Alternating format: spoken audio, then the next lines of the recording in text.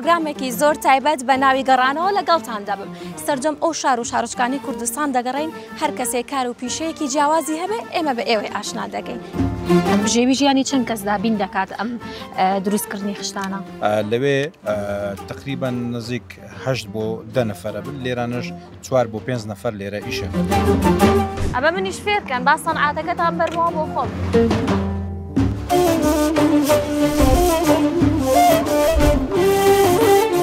دەبی لە بەچکەیەوە بهێنی بۆەوەی دەگە کەش و هەوایەکەی خۆ بگونجێنی. ئەی ساڵانە بۆ منە چەند جار هێلکەجا ئەنێن؟ یەک دانەی کیلۆیەک و 500 هەتا 800 غرامی ڕۆیانی هەر یەک دانە هێلکە هەندی 28 دانە هێلکەیە. خوای گەورە ئەو ڕۆنەی وا دروست کردیە، ئەو بن سینگەی کاملی ڕۆنە، یعنی یەک پارچە ڕۆنە. هێلکەی نەعامات دوای چەند ڕۆژ، ینی دوای چەندێکی پێویستە تا هەڵبێت؟ 40 ڕۆژ 45 ڕۆژی دەوێت.